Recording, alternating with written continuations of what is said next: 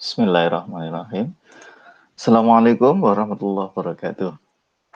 Selamat berjumpa kembali. Kita lanjutkan pertemuan kita, saudara sekalian. Ini melanjutkan pertemuan yang lalu, yaitu terkait dengan masih pembahasan tentang APP. Kalau minggu lalu baru kita bahas dua, yaitu kemampuan bertanggung jawab yang alasan 44, pasal 44, dan pasal 48. Meskipun pasal 48 pun saya kira kemarin juga belum tuntas. Nah, sekarang kita lanjutkan, saudara. Jadi, di pasal 48 itu, atau overmah, itu kan ada vis absoluta dan vis compulsiva. Kemarin sudah kita bahas. Nah, selain ada itu, sering juga kita lihat atau kita dengar ada istilah keadaan darurat. Nah, keadaan darurat itu posisinya seperti apa? Ya, jadi keadaan darurat, saudara, ini posisinya. Jadi saudara biar tahu nanti keadaan darurat. Keadaan darurat itu merupakan bagian dari overmah. Overmah kemarin sudah kita bahas ada vis absoluta dan vis compulsiva. Nah, vis compulsiva artinya sebenarnya itu bisa ditolak, tetapi ada sesuatu yang tidak bisa kita tidak ada pilihan lain. Vis compulsiva itu bisa dibagi dua lagi, yaitu daya paksa dalam artian sempit, ya, dan keadaan darurat. Daya paksa dalam arti sempit ini paksaan psikis, umumnya ditimbulkan oleh orang atau manusia. Nah, jadi dia bisa mengelak, tetapi dia tidak boleh pilihan itu. Kalau dia pilih, maka dia akan mencelakai dirinya sendiri. Itu kayak kemarin Pak Ali contohkan adalah seorang kasir yang ditodong untuk mengambil uang, ya, untuk menyerahkan uang. Yang B, keadaan darurat. Ini ditimbulkan oleh bukan perbuatan orang, artinya bisa alam, bisa sesuatu yang di luar dari jasmaniah orang. Nah, keadaan darurat ini bisa ada 3 jenis atau 3 tipe. Yang pertama adalah perbenturan antara dua kepentingan hukum. Ini keadaan darurat. Jadi ada dua kepentingan hukum. Kepentingan hukum saya atau kepentingan hukum untuk melindungi orang lain. Ini contoh yang klasik adalah papan dari Carneades. Begini ceritanya. Ketika ada kapal itu karam, ya, suatu pelayaran itu kemudian tenggelam, karam gitu. Ada dua orang, ya tentu korbannya banyak. Ada dua orang yang bergantung pada papan. Nah, papan itu sayangnya papan itu hanya bisa membawa atau bisa kuat menahan satu orang saja. Kalau dimuati dua orang, maka dua-duanya akan mati. Nah, maka kemudian terjadilah perebutan. Apakah ini dipakai untuk si A atau dipakai untuk si B, kira-kira begitu. Lalu kemudian salah satu A ini menendang, itu melempar dari B, yang akhirnya kemudian B ini tertenggelam dan akhirnya kemudian mati. Si A ini karena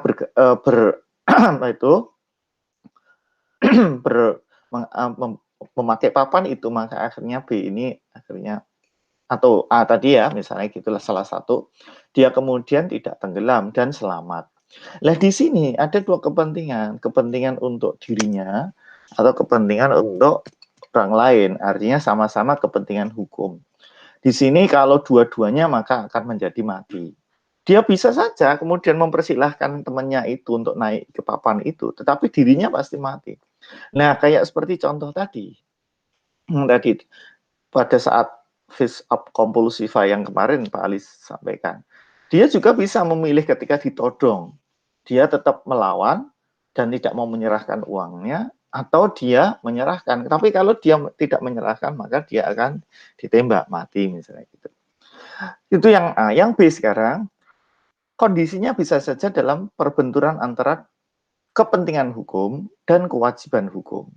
Jadi antara kepentingan hukum atau kewajiban nih. Kepentingan hukum saya atau kewajiban hukum saya yang harus menghargai orang lain. Ini contohnya adalah ketika saat ada kebakaran rumah gitu, agar bisa membantu gitu ya, maka orang itu langsung masuk ke rumah, lalu kemudian ngambil barang-barang untuk diselamatkan ya. Maksudnya gitu, bukan diambil untuk dimiliki. Jadi pada saat dia masuk rumah orang lain tanpa permisi, itu adalah dia eh, tidak menghormati kewajiban hukum. Jadi kewajiban hukum dia adalah menghormati hak orang lain, menghormati milik orang lain. Tapi kepentingan hukum dia adalah menyelamatkan rumah atau menyelamatkan barang-barang yang ada di rumah itu. Maka kemudian diambil, kemudian dibawa keluar. Nah, disinilah ada dua kepentingan. Kepentingan hukum dan kewajiban hukum. Jika ada dalam kondisi begini, ketika dalam suatu kobaran api gitu, ya tidak perlu izin dulu. Jadi tidak perlu izin siapa yang rumahnya. Misalnya, Pak, saya izin dulu untuk ngambil ini. Ya, setelah kebakaran nanti. Jadi setelah habis langsung saja ambil. Meskipun itu dianggap memasuki rumah orang lain itu adalah pidana TP, tetapi itu bisa di APP atau ada alasan penghapus pidana. Itu yang B. Yang C, ada perbenturan antara kewajiban hukum dan kewajiban hukum. Jadi ada dua kewajiban. Satu, menjadi saksi di PNA, satu menjadi saksi di PNB. Padahal jamnya sama. Tempatnya berbeda itu. Jadi jamnya sama, tempatnya berbeda. Nggak mungkin, apalagi kalau jauh ya. Satu sisi, kemudian dia ke sini langsung ke sana, itu sudah telat juga. Maka saudara, di sini ada pilihan sebenarnya memilih dari di PNA atau PNB, tetapi kalau di PNA maka PNB terkorbankan. Kalau di PNB, PNA terkorbankan. Ini sama-sama kewajiban hukum.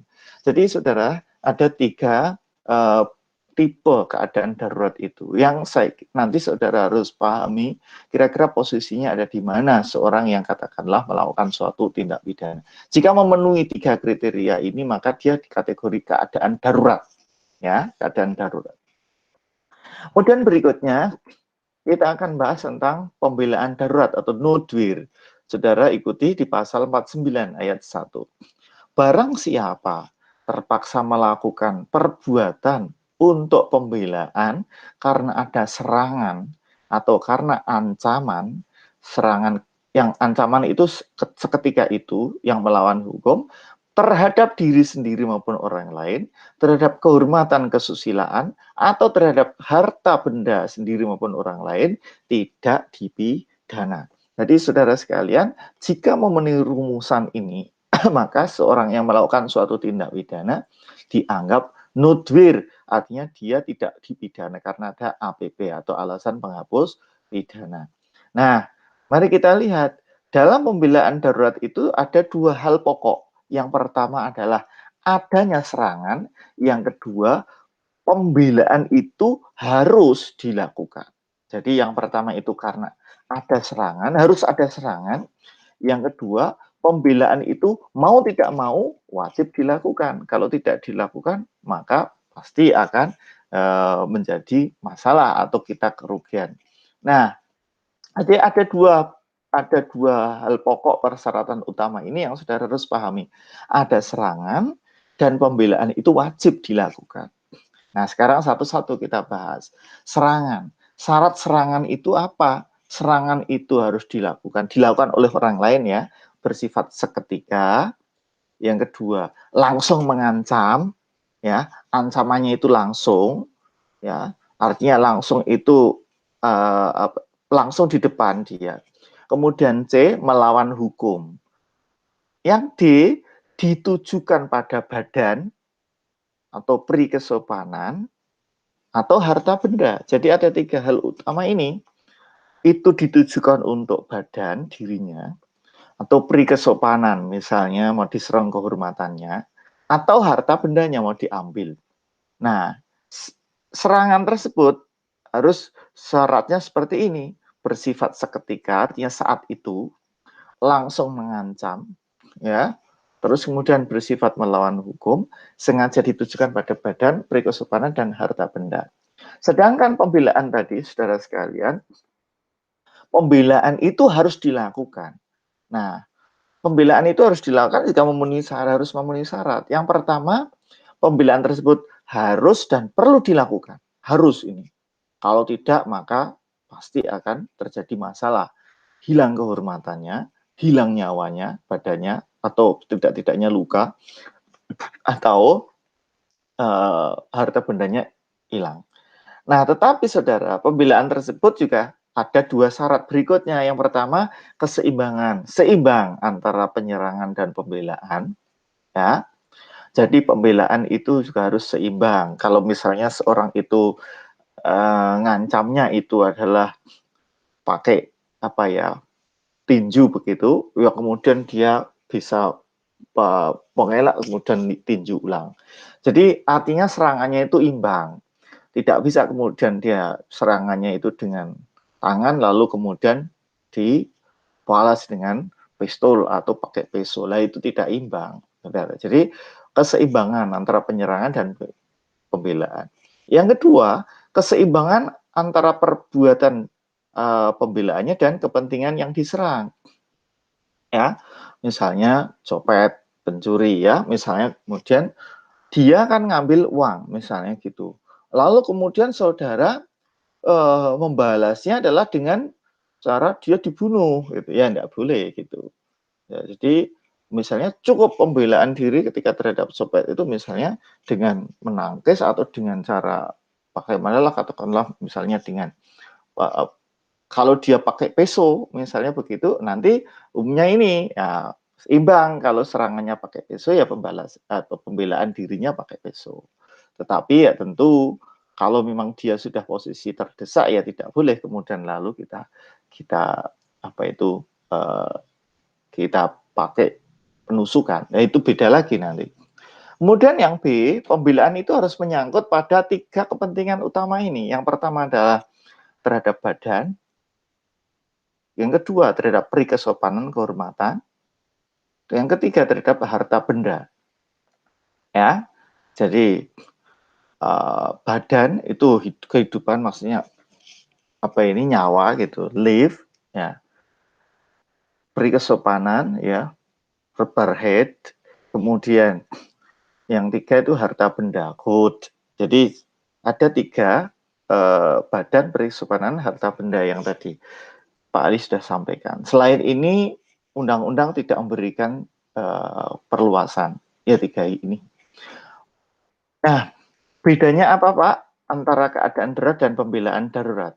Keadaan darurat tadi ya, nutustan ya, nutustan itu ada di pasal 48, sedangkan pembelaan darurat ada di pasal 48, 49. Keadaan darurat itu bisa antara hak berhadapan dengan hak. Tadi saya sampaikan ya, dia ada tiga kondisi ya, ada kewajiban hukum, berhubungan dengan kewajiban hukum, kepentingan hukum, kewajiban hukum, kepentingan hukum, kepentingan hukum. Artinya begini, sesuatu yang hak berhadapan dengan hak, sesuatu yang benar berhadapan dengan kebenaran. Itu keadaan darurat. Misalnya seorang ini saya mau jadi saksi di sini apa di sana, itu kan sama-sama hak. Artinya bukan suatu perlawanan hukum gitu. Malah saya mencari hak di sini, melaksanakan kewajiban saya di sini atau di sana itu. Jadi tidak masalah gitu. Jadi keadaan darurat. Sedangkan pembelaan darurat itu hak berhadapan dengan bukan hak. Jadi hak dia untuk mempertahankan diri berhadapan dengan ada serangan. Serangan itu kan bukan orang, bukan hak. Jadi saudara, hak berhadapan dengan bukan hak.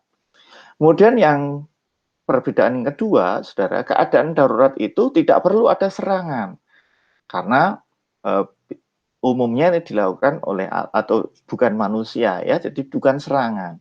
Kemudian kalau pembelaan darurat harus ada serangan. Kalau tidak ada serangan, tidak bisa dikategorikan sebagai pembelaan darurat. Kemudian yang ketiga, pada keadaan darurat, orang dapat bertindak berdasarkan berbagai kepentingan atau alasan.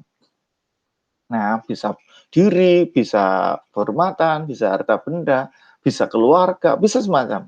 Tapi kalau pembelaan darurat, itu syarat-syaratnya sudah ditentukan secara limitatif. Ya hanya 3 tadi, live, hidup, ya, harta benda, live, hidup, kemudian berkesopanan, kehormatan, dan harta benda. Jadi ada 3 hal itu. Yang keempat, pada keadaan darurat tidak ada keseragaman ahli. Apakah ini masuk sebagai alasan pemaaf atau alasan pembenar? Jadi keadaan darurat itu tidak ada yang seragam untuk memasukkan bahwa itu masuk kategori alasan benar apa alasan pemaaf.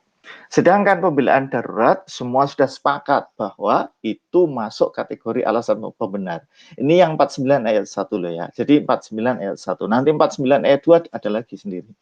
Jadi 49 ayat 1 semua sepakat bahwa itu adalah alasan pembenar. Jadi saudara sekalian, disitulah perbedaan antara keadaan darurat dan pembelaan darurat. Berikutnya saudara, selain dari pembelaan darurat tadi, ada putatif nudwir. Ada putatif nudwir. Pak, putatif nudwir itu apa? Putatif nudwir itu adalah orang mengira bahwa ia berada dalam keadaan darurat. Jadi dia mengira bahwa dirinya itu dalam kondisi darurat, ada ancaman. Dia mengira bahwa dirinya itu ada ancaman, ya, yang dia kalau begitu saya boleh mengadakan pembelaan darurat gitu. Jadi dia masuk kategori ya sebenarnya putatif. Ini ada serangan, padahal tidak ada gitu. Padahal tidak ada. Nah, apakah ini masuk kategori APP atau tidak? Ini harus dilihat case by case. Artinya sejauh mana yang bersangkutan itu merasakan atau ada putatif, ada nudwirnya sejauh mana, dan kemudian apakah dia kira itu sejauh mana. Kalau hakim misalnya melihat bahwa, oh iya, ini layak orang umum kalau dalam kondisi seperti ini pasti mengira bahwa dirinya dalam kondisi darurat. Nah, kalau seperti itu ya bisa dianggap sebagai APP. Baik, saya kira itu dulu saudara, kita itu sudahi saudara, kita lanjutkan pertemuan yang akan datang. Saya kira begitu, terima kasih. Assalamualaikum warahmatullahi wabarakatuh.